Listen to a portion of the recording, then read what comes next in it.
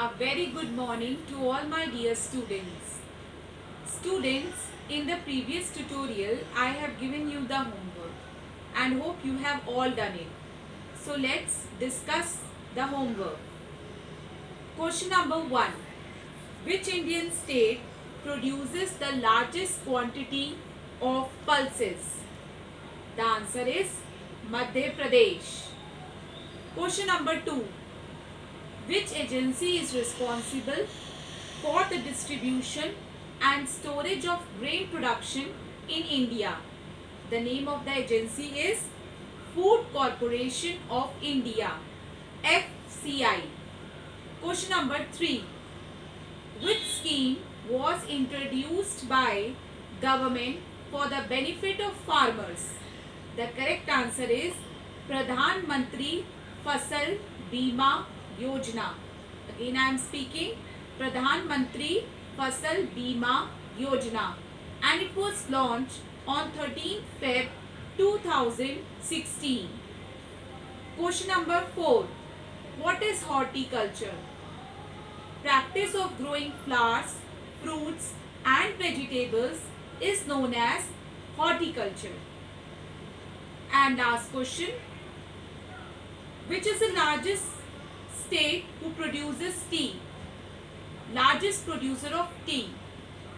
The correct answer is Assam. Hope you have tallied your answers. Now students, we will continue the chapter studying different types of farming. Let's continue. Now students, in this tutorial we are going to study the different types of agriculture. The different types are shifting, subsistence, commercial, plantation. So let's study shifting. This agriculture is also known as slash and burn agriculture. So what is another name of this agriculture? Slash and burn. In this agriculture, farmers or cultivators fell trees and burn them. Okay, so that is why it is called as slash and burn, because they fell and burned the trees. The farmers use these ashes as a fertilizer. They use primitive tools like hoe, sickle and digging stick in cultivating the land. So whatever they burn, they use it as a fertilizer. And what are the tools they use? Like hoe.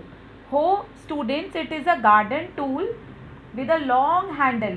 Yes, it is having a long handle and it is used for turning the soil and for removing plants. So that is hoe.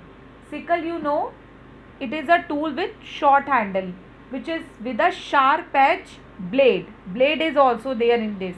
In Hindi we call as darati. And digging stick in cultivating the land. They grow mainly fern, potato, cassava, etc. Fern, what is a fern? It is a green plant with no flowers and a lot of long thin leaves. Means thin leaves are there, only leaves plant with leaves, not with flowers. And what is cassava? Cassava, it is also a plant which is having a thick roots are there, so that is cassava. After 3-4 years, these pieces of land lose their fertility and they leave this land or move to other places in search in other piece of farming land. So why they move from one place to another for the search of land? Because after some time, whatever the land they are using, when it loses its fertility, they move to the other land. Such kind of agriculture is the most common in thickly forested areas of Amazon basin, tropical Africa, parts of Southeast Asia and Northeast India. So these are the places where shifting agriculture is practiced. In these areas, rain falls heavily and vegetation for regeneration happens quickly. Means vegetation, regeneration, vegetation it grows very fast and rain falls also heavily. Now we will study subsistence agriculture. This agriculture is the most common in densely populated areas, especially in developing countries. So where it is common, densely populated, means too much populated. Poor farmers having a few plots of land grow their food crops on these plots. So farmers are there but they are poor. So what they do, whatever land they get, they started using for cultivation. These plots are too small in order to the use of modern machines like tractors and harvesters. So plots are too small that modern machines cannot be used on them. Farmers mainly depend on rainfall. So it shows that they don't have proper irrigation facilities also. Due to the lack of proper irrigation facilities, modern implements, good seeds, chemical fertilizers and pesticides, the yields are low in these areas. Means the production is low in these areas because due to the lack of proper irrigation facilities, due to the lack of fertilizers, pesticides, the production is very low. Now we will study commercial agriculture. This agriculture is practiced in areas of low density of population. So it is opposite. It is common in densely populated and here it is common in with low density, means population is low. Here transport facilities are well developed, providing links with market areas. So transport facilities are very well and the farmers, they have a link with the market areas also. The farmers practicing this agriculture are quite wealthy. So students, here poor farmers are there in subsistence. But whereas in commercial, the farmers are wealthy, means they are rich. Their farms are usually large. Here farms are small in subsistence, but in commercial agriculture, farms are very large. In this agriculture, modern machines are used for plugging, harvesting, threshing, etc. What is harvesting? To pick and collect crops. So these machines are used. These farms yield high amount of production and most of the produce is sold. So because of modern equipments, because of good fertilizers, pesticides, the production is also very good and it is also sold in market. Now we will study plantation agriculture. Tea, coffee, sugarcane, cashew, rubber, banana, etc. are grown under this agriculture. This is also called commercial farming over a large farms. Only a single crop grown in this agriculture. So single crop is grown only, not different varieties of crops are grown, but only single crop. Intensive labor and capital is required in that agriculture. Intensive labor here means a large amount of labor is required and money also required in this type of agriculture. Several processing units are engaged in this agriculture. Therefore, it requires good network of transport and communication to sell the products in market. So in this type of agriculture, many people, they are employed in different units from market to selling the products. Tropical regions are suitable for these plantations. Which regions are good for this? Tropical regions.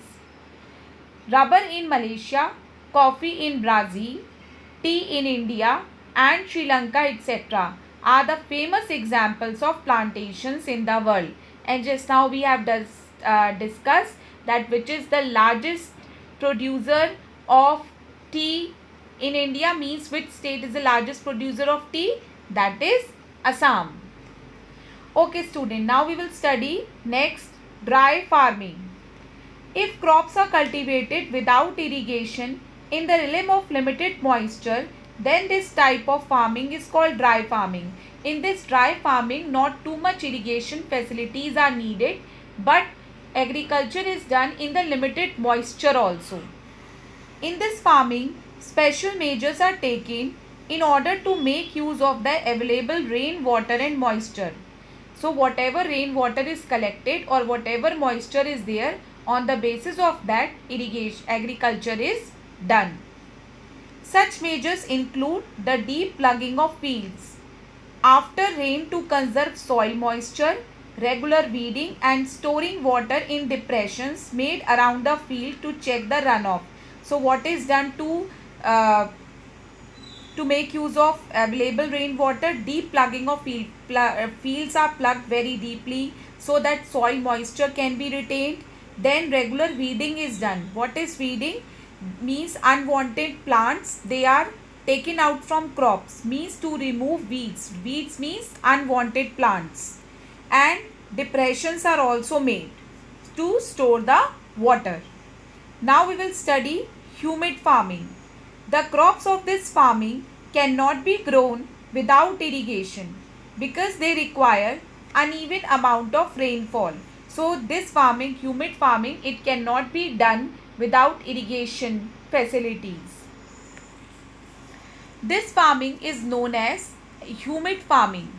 Crops requiring a huge amount of water such as rice, jute, sugarcane, etc. grown in high rainfall regions, whereas crops such as wheat, cotton, tobacco, etc. grown in regions of moderate rainfall. So why it is not done in, why it requires a huge amount of rainfall? Because these crops are not grown in less quantity of water. Too much water is needed for growing these crops. In the monsoon lands, irrigation is necessary in the dry season even if the total annual rainfall is high.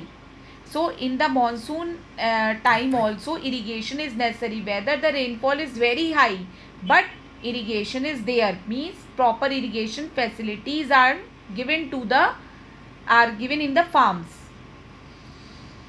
The crops grown through irrigation is called irrigated farming. So whatever the crops which are grown from irrigation, that is called irrigated farming.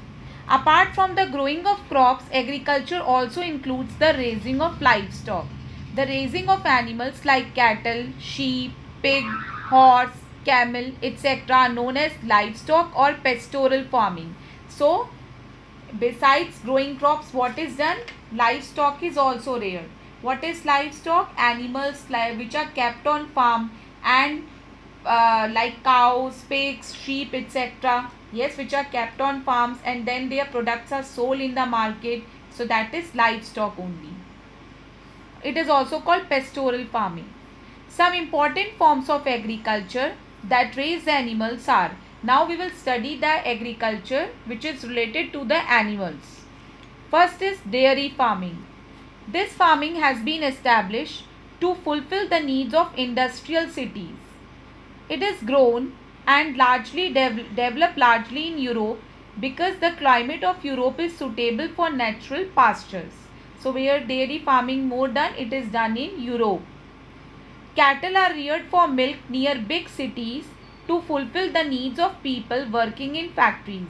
So dairy farming is also done in India, where cows are kept in big farms. Yes, then their milk is sold in the market, and you know there are various products which we can get from milk. So that is called dairy farming.